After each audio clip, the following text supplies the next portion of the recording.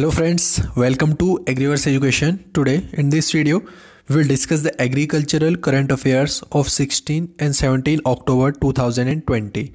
And if you want to join our Telegram channel, go through the link given in description box. और अगर आप हमारे different social media platform से जुड़ना चाहते हैं तो सर्च करिए एग्रेरियन 11 और पाएँ daily agriculture current affairs, quizzes and notification of every single video we upload.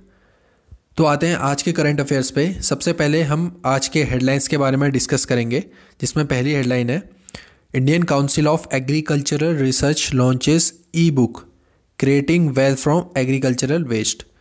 Second headline is kharif food production likely to be record 144.52 million tonnes in 2020-2021। ये कहना है एग्रीकल्चर मिनिस्टर का। Last headline is Telangana fixes 50 lakh एकड़ for paddy in rabi season. तो अभी यहाँ हमने जितने भी हेडलाइंस के बारे में डिस्कस किया, सभी के बारे में हम डिटेल में जानेंगे आने वाले स्लाइड्स पर। और सभी करंट अफेयर्स से बहुत से क्वेश्चंस निकल के आएंगे जो एग्जाम के पॉइंट ऑफ व्यू से बहुत ही ज़्यादा रिलेवेंट हैं, इसलिए वीडियो को लास्ट तक जरूर देखिएगा। तो सबसे पहले आज के पहले करंट अफेयर्स के बारे में देख लेते हैं कि Indian council of agricultural research launches e book creating wealth from agriculture waste.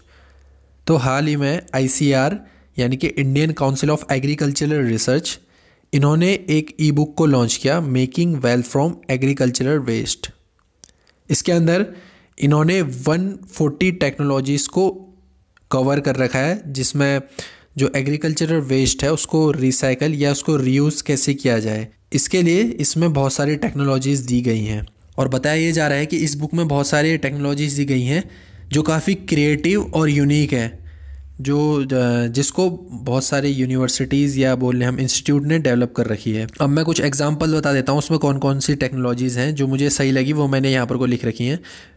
जैसे है oil palm factory waste for mushroom production, jack fruit seed powder and mushroom powder based biscuits, जिसका नाम है अर्का जैकीज़। अगली है natural fibre form banana pseudo stem, enzyme from potato peels, porous brick from crop residue. तो यहाँ मैंने अभी जितने भी एग्जांपल दिए इन टेक्नोलॉजीज़ के जो इस बुक में इंक्लूड हैं, ये सारे के सारे बहुत ही ज़्यादा इंटरेस्टिंग हैं और बहुत ही ज़्यादा यूज़फुल है।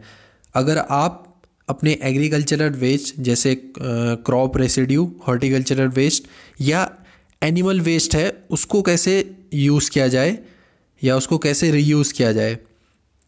हम देखते ही हैं कि जैसे क्रॉप रेसिड्यू है वो अनयूटिलाइज हो जाता है, तो उसको हम कैसे यूटिलाइज करें, तो ये सारी चीज़ें इसमें कवर कर रखी हैं। और मैं पर्सनली कहूँगा कि इस बुक को ज़रूर देख लेना एक बार। अगर आपको ये बुक चाहिए तो आप मेरे टेलीग्राम चैनल से इस बुक को डाउनलोड कर सकते हैं।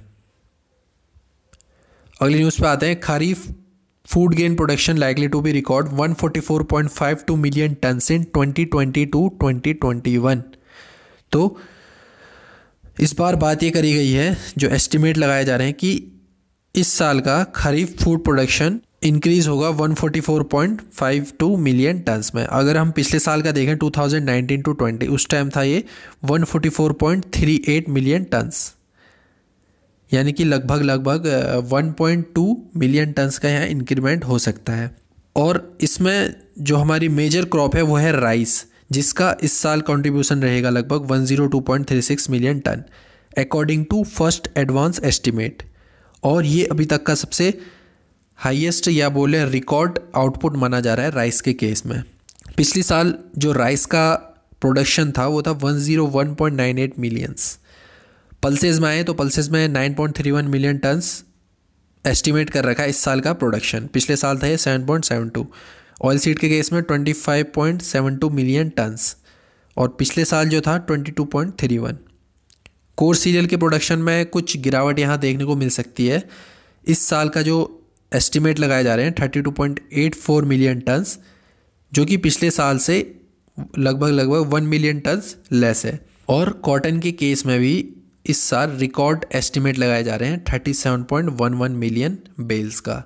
बेल्स मैंने बहुत बार बताया भी है, बेल्स का जो वेट होता है वो होता है 170 kg से 177 kg के बीच में। लगभग 170 kg इसको कंसीडर किया जाता है बेल्स में इन इंडिया। और शुगर केन के केस में 399.8 मिलियन टन्स इस साल का एस्टिमेट लगाया जा रहा है फॉर खरीफ क्रॉप प्रोडक्शन। और इस दौरान हमारे जो एग्रीकल्चर मिनिस्टर हैं नरेंद्र सिंह तोमर जी, इन्होंने ये कहा कि अभी करेंटली 20 फूड पार्क्स ऑपरेशनल हैं और 17 अभी डेवलप किए जा रहे हैं, जो आने वाले टाइम में जल्द ही ऑपरेशनल हो जाएंगे। अब आते हैं अगले करंट अफेयर्स में। तेलंगाना फिक्सेस 50 लाख एकड़ for paddy in rabi season. तो तेलंगाना के सीएम हैं जो के चंद्रशेखर राव, इनका ये कहना है या इन्होंने एक प्रस्ताव रखा है कि इस बार जो पैडी का कल्टीवेशन किया जाएगा वो 50 लाख एकड़ में किया जाना चाहिए और बाकी जितनी बचे रिमेनिंग क्रॉप्स होंगी उनको 15 लाख एकड़ में कल्टीवेशन किया जाएगा। और इसके लिए इन्होंने एक प्लान तैयार किया है जिसको ये इम्प्लीमेंट करने की सोच रहे हैं in each district, each block and each village. इसके लिए इन्होंने डिस्ट्रिक्ट मजिस्ट्रेट को गाइडलाइंस जारी कर दी हैं कि वो फार्मर्स को कैसे एम्फेसाइज करें for the cultivation of paddy. अगर हम स्टेट का देखें पिछले साल का, तो पिछले साल राइस का कल्टीवेशन किया जाता था 39 लाख एकड़ में और इस साल ये बढ़ाने की सोच रहे हैं 50 लाख एकड़्स में। हम लोग सोचते हैं कि पैडी को सिर्फ खरीफ सीजन में ग्रो किया जाता है, नहीं, पैडी को तीनों सीजन में ग्रो किया जा सकता है। जो हमारे साउदर्न स्टेट है वहाँ तीनों सीजन में ग्रो किया जाता है और जो तेलंगाना में ये अभी के टाइम यानी कि आने वाले टाइम, ये विंटर टाइम में जब सोइंग होगी, इस टाइम जो राइस का कल्टीवेशन किया जाएगा उस राइस को कहेंगे हम बोरो राइस। बोरो राइस की सोइंग की जाती है नवंबर टू दिसंबर में और हार्वेस्टिंग की जाती है मार्च टू जून में। अब कुछ क्रॉप्स हैं जिनमें यहाँ एरिया डिसाइड कर लिया, जैसे बंगाल ग्राम के केस में 4.5 लाख एकड़्स, ग्राउंडनट के केस में, चिली के केस में और मेज के केस में यहाँ काफ़ी डिक्रीज़ देखने को मिल रहा है। पहले पिछले साल अगर हम देखें तो खरीफ में था ये 10 to 12 एकड़्स और खरीफ में भी यहाँ डिक्रीज़ कर दिया था, इस साल 2 लाख एकड़ कर दिया था। और रबी के सीज़न में जो आने वाला है इस टाइम 6 लाख एकड़ से घटाकर 1 लाख एकड़ कर दिया गया है। इसका मेन कारण क्या है?